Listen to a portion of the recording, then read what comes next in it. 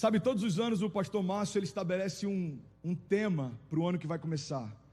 E para a gente é muito simbólico isso, porque a gente crê que a forma como a gente enxerga os nossos anos, a forma como a gente enxerga cada estação, define muito como a gente vai experimentá-la também.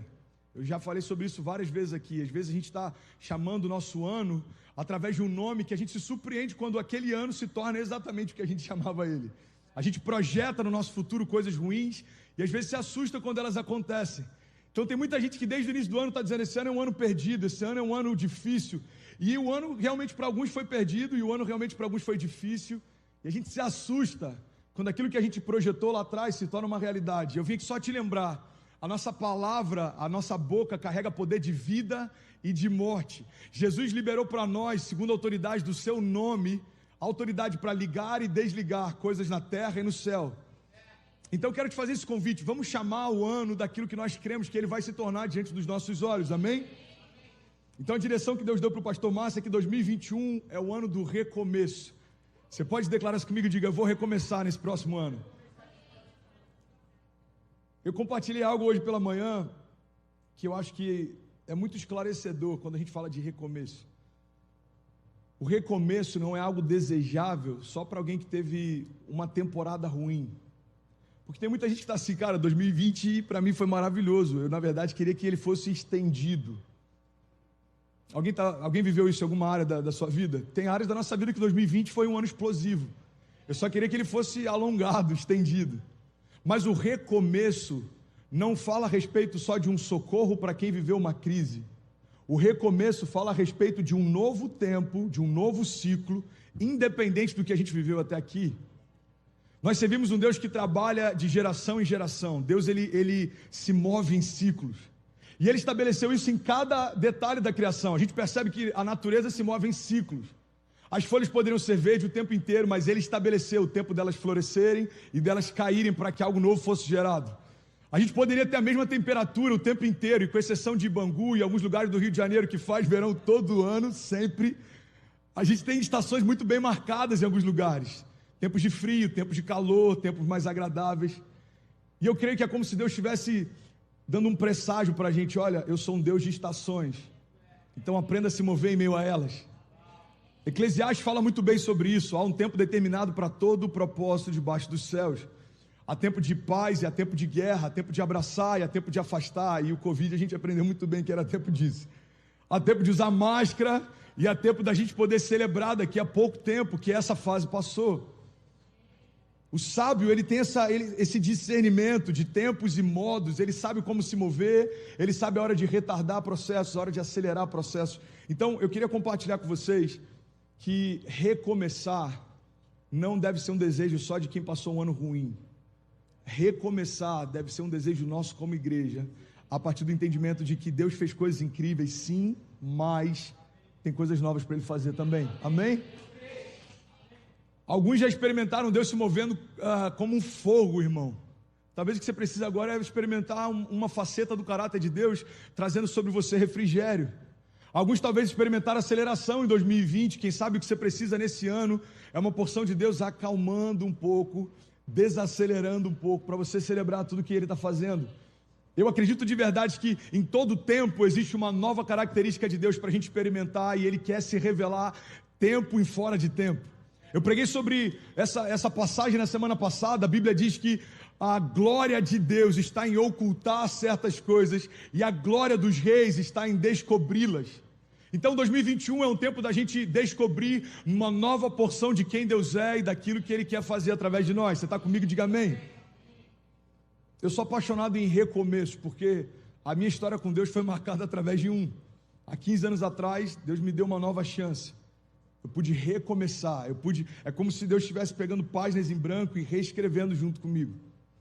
A igreja, irmão, ela não foi chamada para apontar o pecado, a igreja foi chamada para apontar o caminho. Todos os apelos que a gente faz, tudo que a gente prega, a graça que a gente crê, tudo isso tem a ver com recomeço o tempo inteiro. Agora, por mais que tenham pessoas que estão vindo de uma estação boa para recomeçar, tem muita gente que está vindo com marcas, feridas, dessa última estação. E eu estava um pouco antes de subir aqui lembrando de um texto que eu sou apaixonado, está lá em Esdras 3, que fala a respeito do povo voltando do exílio. A Bíblia diz que o povo está voltando do exílio e a cidade deles está completamente destruída quando eles chegam. O templo está destruído, as casas estão destruídas, tudo que eles conheciam estava em ruínas, estava tudo quebrado, mas eles tiveram uma direção. Quando eles chegam lá, a primeira coisa que eles começam a fazer é restaurar o altar e oferecer para Deus sacrifícios de adoração e de louvor. E eu acho maravilhoso, essa passagem para mim ela é muito emblemática. Um dos momentos em que essa passagem mais gritou no meu coração foi na minha internação, porque de fato existe um princípio que está sendo estabelecido ali. Você está comigo ainda? Diga amém. Estava tudo em ruínas, irmão, mas a primeira parte que eles começam a restaurar é o altar, porque tudo flui a partir dali. Às vezes a gente está preocupado e clamando para que Deus restabeleça muros ao nosso redor, ou coisas que foram quebradas ou perdidas, quando na verdade Deus está falando, deixa eu restaurar primeiro o teu coração, porque é a partir dele que tudo vai fluir. Sobre todas as coisas que você deve guardar, guarda o teu coração, porque dele procede as fontes de vida. Então em Esdras 3, eles estão ensinando um princípio para a gente. Que princípio é esse, André? Que não importa a condição das paredes ao meu redor, não importa a quantidade de ruínas diante de mim, eu preciso estabelecer primeiro o altar, porque tudo recomeça a partir dele. Então você quer um conselho prático, como recomeçar em 2021? Guardando o teu coração, irmão. Guardando o teu coração. Você está ferido, deixa Deus cuidar de você. Você está sem esperança, deixa Deus renovar você. Você está apático, deixa Deus incendiar você. Você está feliz, deixa Deus transbordar você. Mas tudo começa de dentro para fora. O Evangelho não fala a respeito de uma restauração estética. O Evangelho fala a respeito de uma restauração que ela é genética, é de dentro para fora. Deus quer mudar a gente de dentro para fora.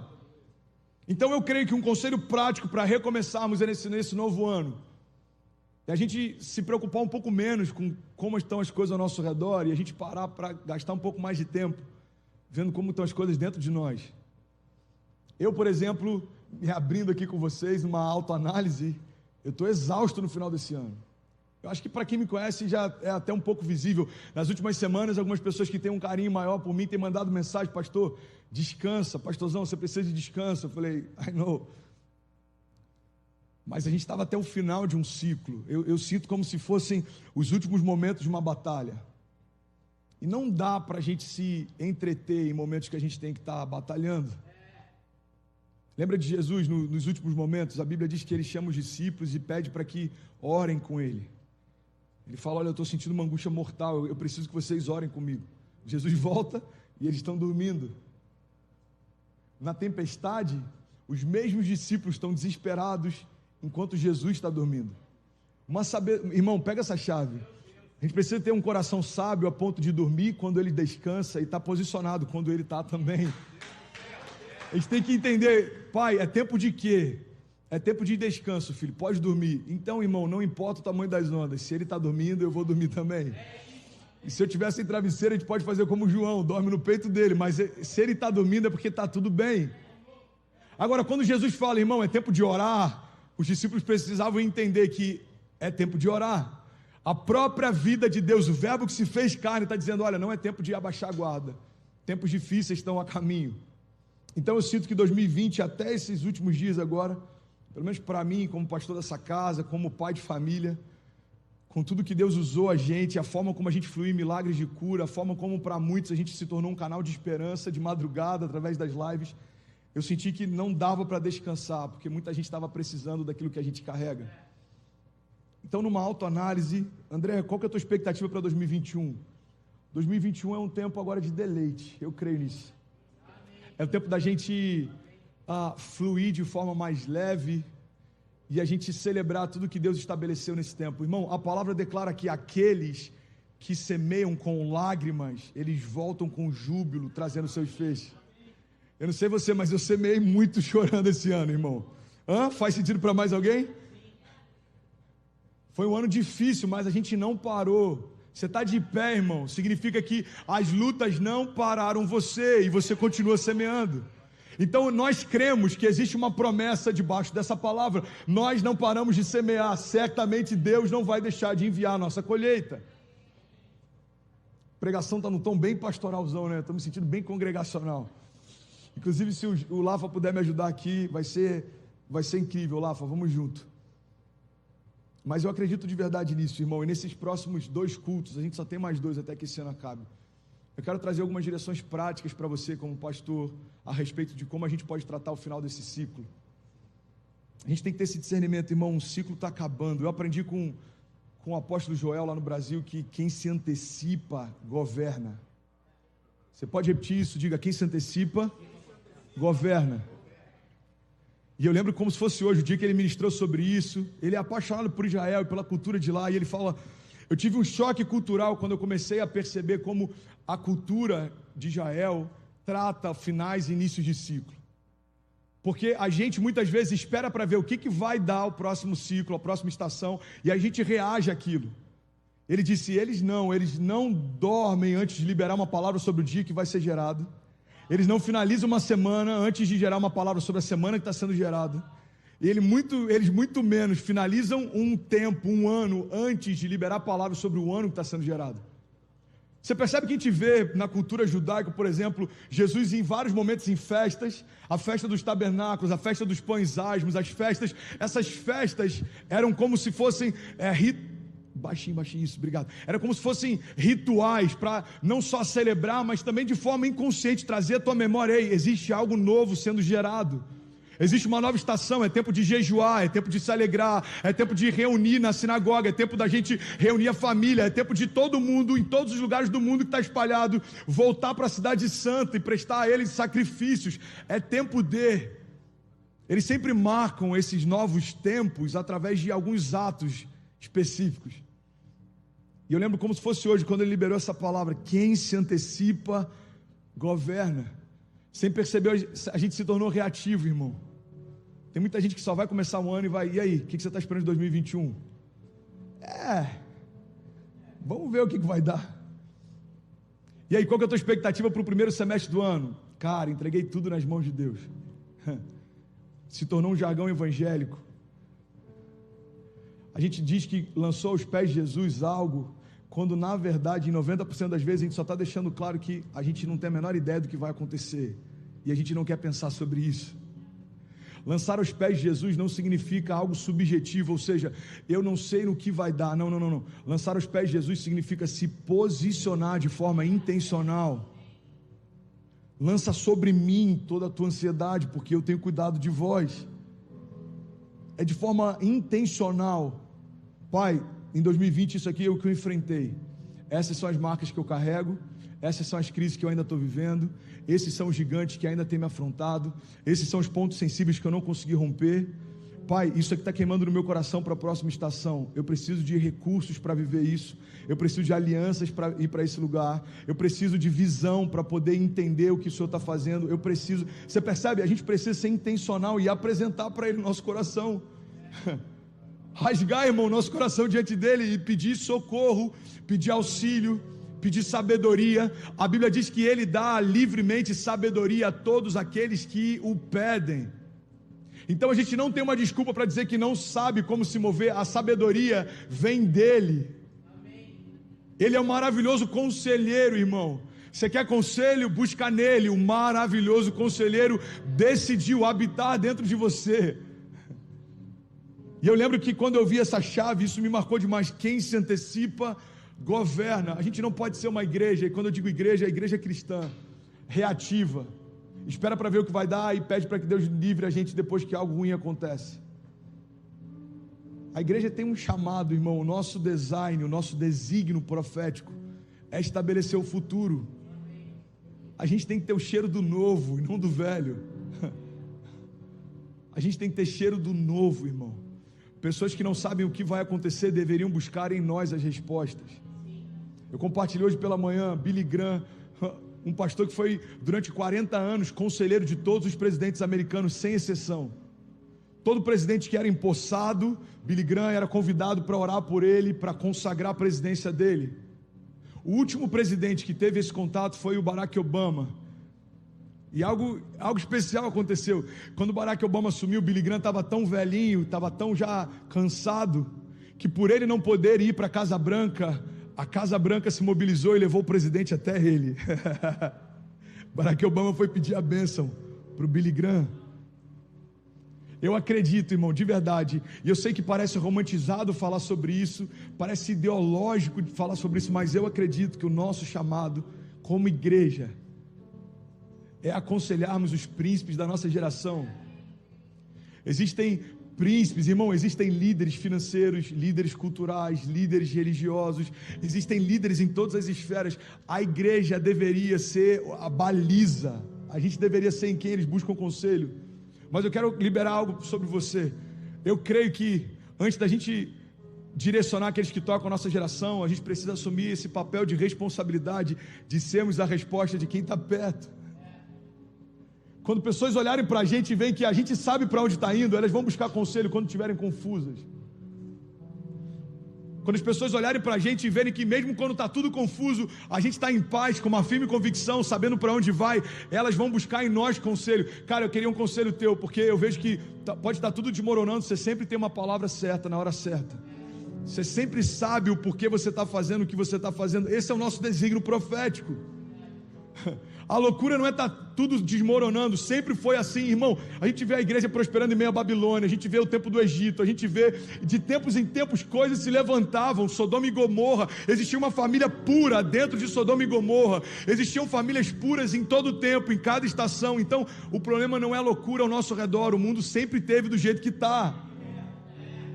A questão é que nós precisamos permanecer nesse lugar inabalável, de que sempre tem uma palavra certa, que nunca está confundindo em relação ao que vai acontecer.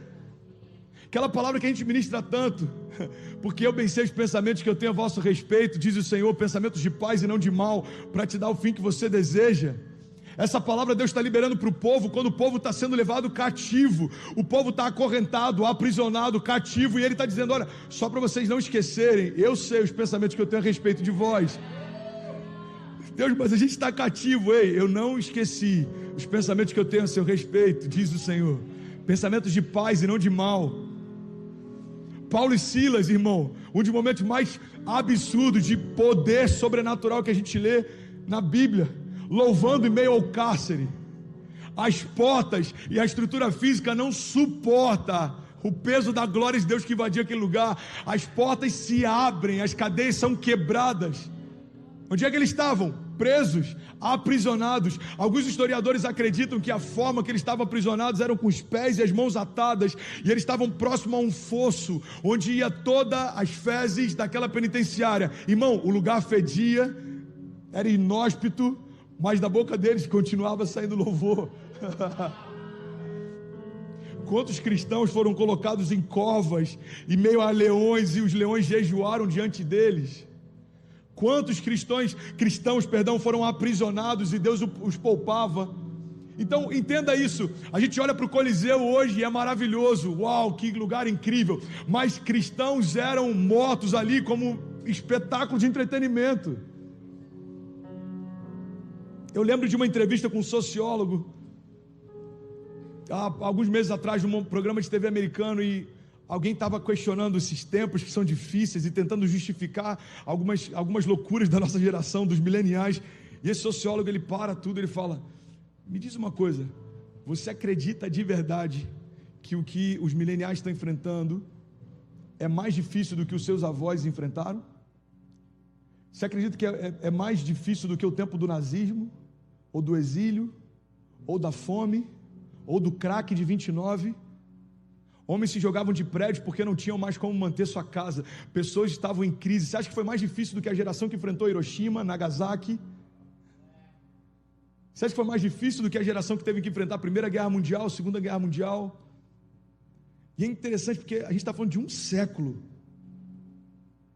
só que a gente acredita que, uau, a gente está enfrentando algo tão difícil, irmão. Não tem nada de novo debaixo dos céus, o que a palavra de Deus diz. O primeiro assassinato aconteceu lá no princípio, e foi na própria família.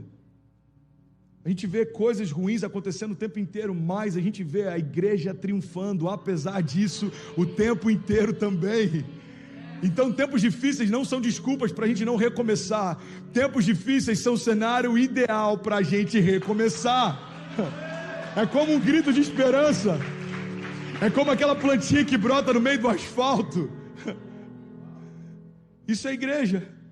É uma planta que brotou no meio do asfalto. Todo mundo passa e fala, por que ela insiste, mesmo sabendo que daqui a pouco tempo ela vai ser arrancada? É porque é quem eu sou. É quem eu sou. Por que vocês pregam, mesmo sabendo que grande parte pode se desviar? É porque é quem a gente é. Pastor Márcio diz que santo não é quem nunca se suja, mas é aquele que sempre se lava. Por que vocês vão para o culto tantas vezes, mesmo sabendo que daqui a algum tempo, irmão, porque é quem a gente ama a presença dele, a gente ama pregar sobre ele, a gente ama sentar para ouvir sobre ele, a gente ama vê-lo fazer, ouvi-lo falar, a gente ama ver ele se movendo no meio de um ambiente como esse. Eu sou apaixonado, não sei se você consegue perceber, mas a atmosfera mudou de alguns minutos para cá. Existem níveis de intensidade da presença dele, irmão. E a gente precisa honrar a presença. Quando ele entra, as coisas mudam. Então, somos como uma planta que decidiu brotar no meio do asfalto. Não importa o calor que faz, não importa o que vai acontecer na próxima estação, nós decidimos frutificar em tempo e fora de tempo. Tem um dos salmos que eu sou apaixonado, ele diz que o homem que teme ao Senhor é como uma árvore plantada junto ao ribeiro de muitas águas, e mesmo no tempo da seca, as folhas continuam verdes. Ele está dizendo, olha, as estações que você está não definem o quanto você vai frutificar. Os tempos são de seca, mas e as suas folhas? Continuam verdes. É esse o nosso chamado. Então, se você me perguntar, qual é a tua expectativa em relação ao recomeço? Eu vou te falar, nada novo. É Deus fazendo mais uma vez o que Ele sempre fez. O Deus de Abraão, o Deus de Isaac, o Deus de Jacó. Você percebe essa afirmação fala a respeito de um Deus geracional. É o Deus de Adão, irmão. É o Deus de Adão, é o Deus de Abraão, é o Deus de Isaac, é o Deus de Jacó, é o Deus de Ló, é o Deus de Davi, é o Deus de José, é o Deus de Sansão, é o Deus de Moisés, é o Deus do André, é o Deus da Cecília, do Benício, da Késia, é o Deus da Marília, é o Deus do Pedro, do João, do Lucas. É um Deus de recomeço. É um Deus de recomeço. Para a gente é muito simbólico quando uma nova estação acontece, que a gente vê os fogos, o Réveillon, o Ano Novo. Uau, algo novo vai acontecer. Não, irmão, algo novo já está acontecendo todo dia, dia após dia. Nosso choro, a palavra diz, pode até durar uma noite, mas a alegria certamente vem pela manhã. A palavra está falando de ciclos. O choro que está no final de um dia, mas o renovo que vem no início do dia seguinte. Ciclos. É um Deus de ciclos. É um Deus de ciclos. Então eu acredito de verdade que a gente, para viver algo novo em 2021, precisa entender, existe algo novo sendo gerado em Deus para nós. Veja, eu estou fazendo uma coisa nova, diz o Senhor. Vocês não percebem? Eu estou fazendo uma coisa nova. Estou fazendo uma coisa nova. Irmão, podem questionar o que for em relação a tudo que a gente viveu esse ano. A gente cometeu erros, acertos, como igreja crescemos em algumas áreas, diminuímos em outras, eu diria até que definhamos em algumas. A gente foi resiliente, deu o melhor que a gente podia, mas certamente a gente errou muito. Mas uma coisa ninguém pode apagar da nossa memória, e eu vou contar para os meus filhos quando eles forem um pouquinho mais velhos. No ano da maior crise da nossa geração, Deus nos levantou como voz profética sobre o Brasil. Quantos testemunhos de milagre eu recebo? Vocês me sustentaram na quarentena, vocês me sustentaram na quarentena, vocês me abençoaram, eu não perdia uma live da meia-noite, eu não perdia um culto, eu não perdia uma palavra, vocês me fizeram ter alegria novamente, vocês me lembraram das promessas, vocês, irmão, isso é a nossa herança, é isso que a gente vai levar, é isso que a gente vai apresentar para Ele. E aí, o que vocês fizeram? Deus, a gente continuou semeando, mesmo em meio a tempos difíceis, está aqui a nossa colheita. Esse casamento aqui, ele estava por um fio, foi restaurado. Essa pessoa aqui estava pensando em tirar a própria vida, agora está desejando viver o chamado. Esses daqui foram curados, esses foram libertos. Irmão, é para isso que a gente foi chamado. Você está comigo? Amém? É tempo de recomeçar, irmão, é tempo de recomeçar. Eu estou pregando isso para vocês, mas eu queria que fosse quase como um manifesto nosso aqui. Eu estou pregando um manifesto nessa noite. Somos a resistência. Somos a resistência.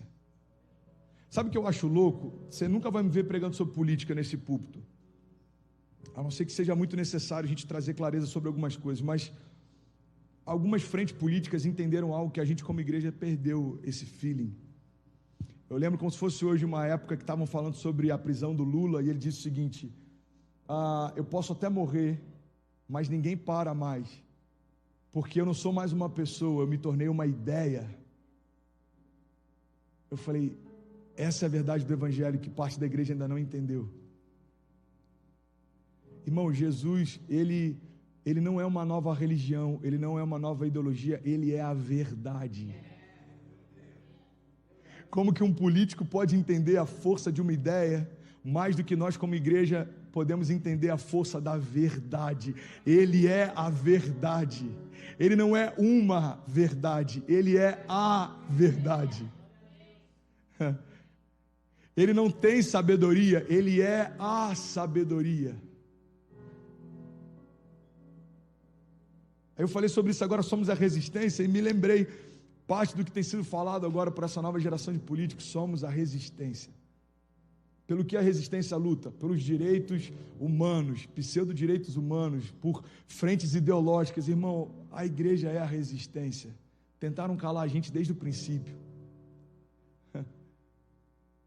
Tentaram calar a gente desde o princípio.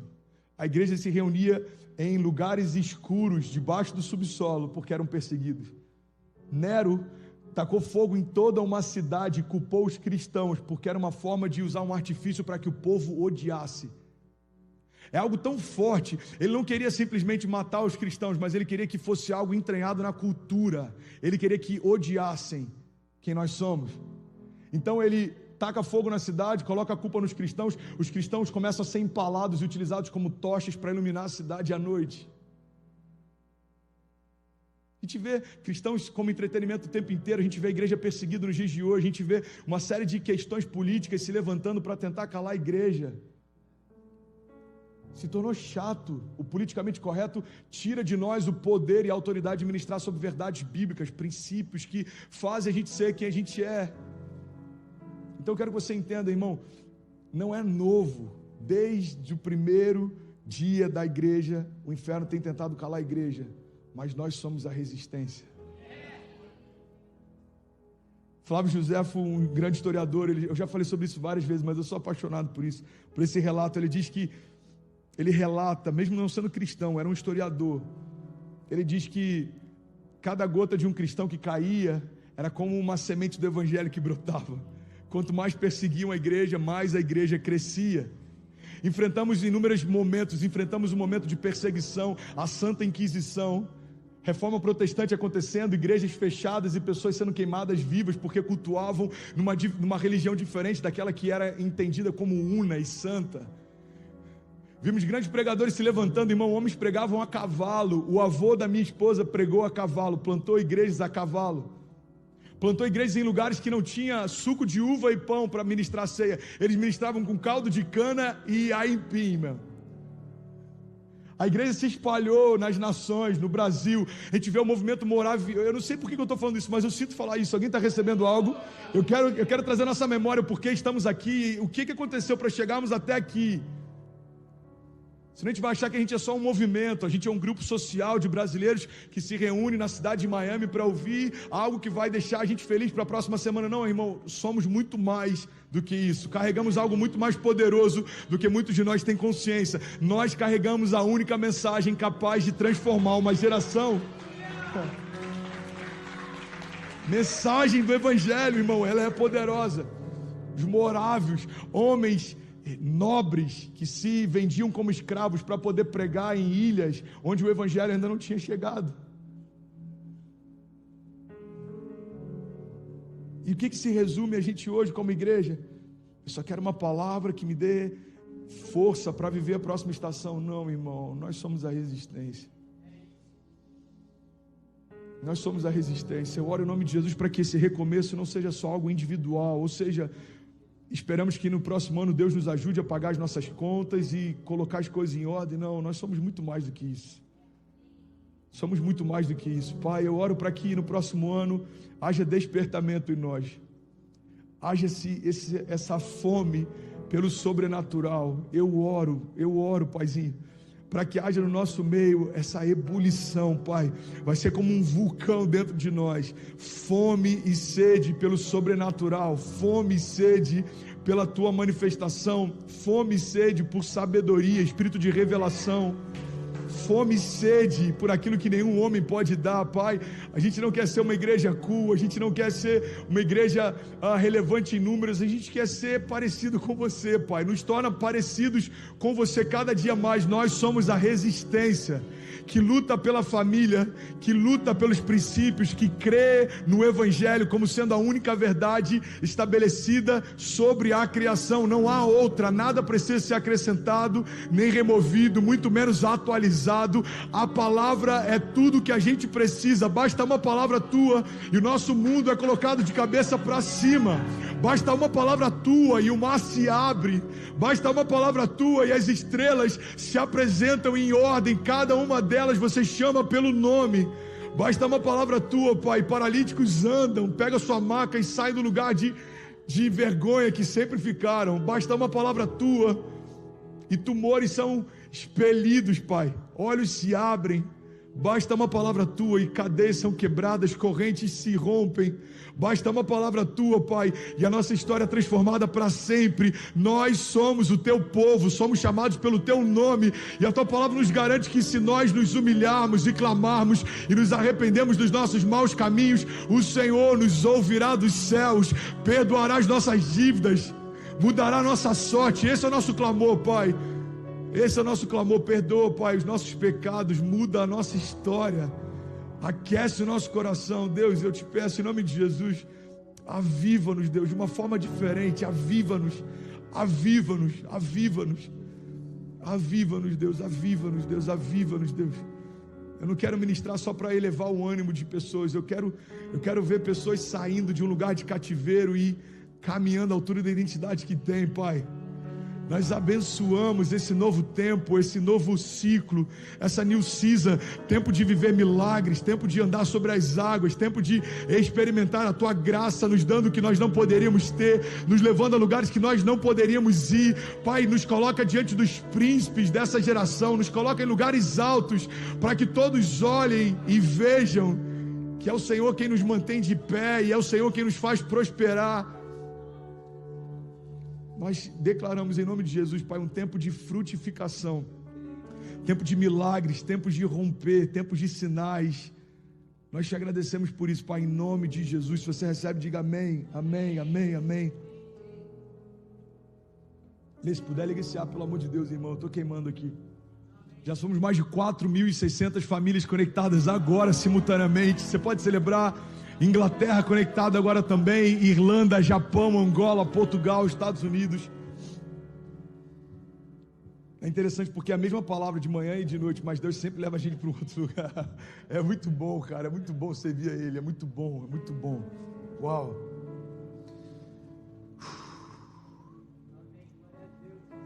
Uau! Eu estou finalizando.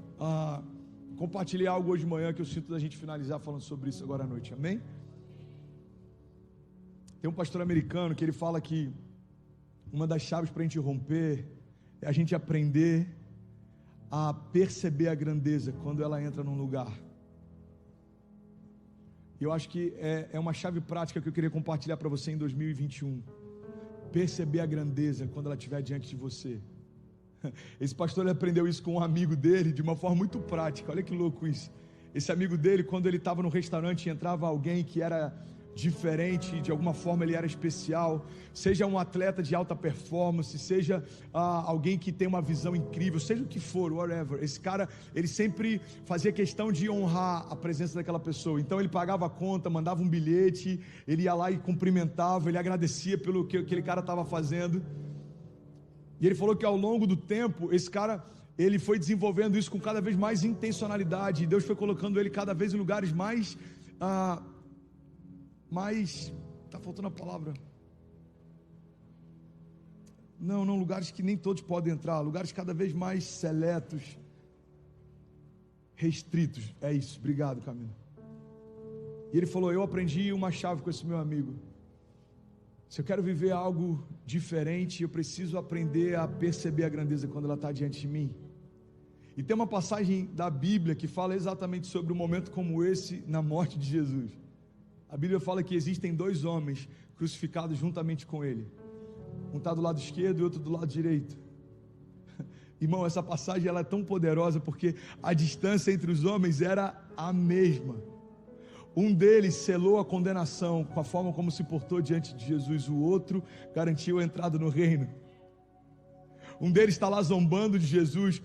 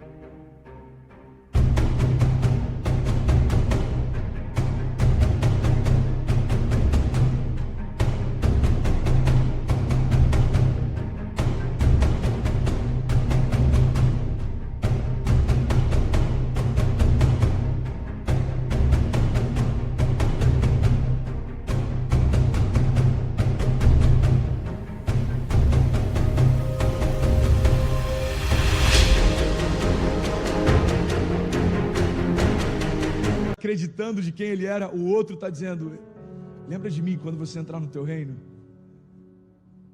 Ele chega a ponto de confrontar o outro, fala: ei cara, como é que você fala assim com ele? Ei Jesus, lembra de mim. Irmão, ele teve muita sensibilidade, porque ele estava no mesmo estado vulnerável que Jesus, e ainda assim teve entendimento de que aquele homem era quem dizia ser. Não sei se você já parou para pensar sobre isso, porque se tem alguém que poderia desacreditar de quem Jesus dizia ser, era aquele homem. Está do lado dele, está sangrando como ele, está na mesma cruz que ele, passando a mesma vergonha que ele, mas ainda assim ele conseguiu reconhecer a grandeza quando estava diante dele. Ele diz: ei, quando entrar no teu reino, lembra de mim. Uma das coisas que mais me deixa incomodado como pastor, principalmente aqui nos Estados Unidos, é a forma como às vezes falta em nós essa percepção da presença e como a gente se porta quando ela se manifesta. Eu sou apaixonado pelo ministério da Bethel. O Bill Johnson, ele fala que uma das nossas chaves, ele não usa chaves, mas é um termo que eu uso, então eu imagino o Bill Johnson falando isso aqui. Ele fala: um dos nossos princípios, um dos nossos fundamentos é que nós decidimos honrar a presença quando ela se manifesta. Então eu acredito de verdade, irmão, uma chave prática para você viver o melhor ano da tua vida: aprenda a honrar a grandeza quando ela estiver diante de você. Aprenda a honrar a grandeza quando ela estiver diante de você. O Leandro Barreto é um pastor que tem lá no Brasil, que eu sou apaixonado. Eu lembro de uma história que ele me contou, a maior oferta que o ministério dele já recebeu. Olha que louco isso. Ele foi pregar numa cidade, e a cidade era bem distante, tinha um aeroporto pequeno, e então contrataram um bimotor. Ele chegou lá e tinha um motorista esperando na pista de pouso. E aí, tudo bom, pastor? Bem-vindo, fez boa viagem, entra no carro, vou te levar.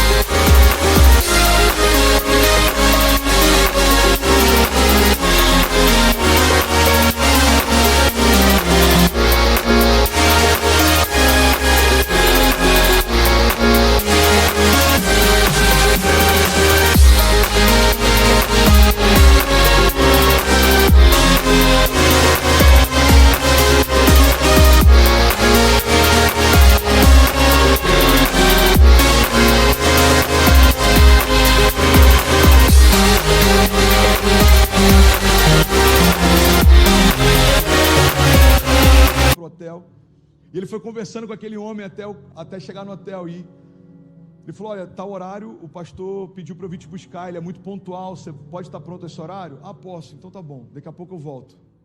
Deu o horário marcado, o Lê estava lá no lobby do hotel, chegou o mesmo homem, com uma outra roupa, com outro carro. E ele falou: cara, eu sou o pastor dessa igreja, E eu sou empresário também, Deus me prosperou demais, eu tenho outros negócios, enfim. E eu estabeleci um princípio: sempre que eu convido alguém, eu faço questão de buscá-lo como uma pessoa simples, porque dependendo de como essa pessoa me receber, ele vai pregar ou não na nossa igreja. Ele falou: já tiveram várias pessoas que eu dei oferta, agradeci por ter vindo, mas não deixei que ele pregasse para a gente, porque quem não sabe tratar bem o motorista, eu não quero que tenha acesso ao púlpito da minha igreja.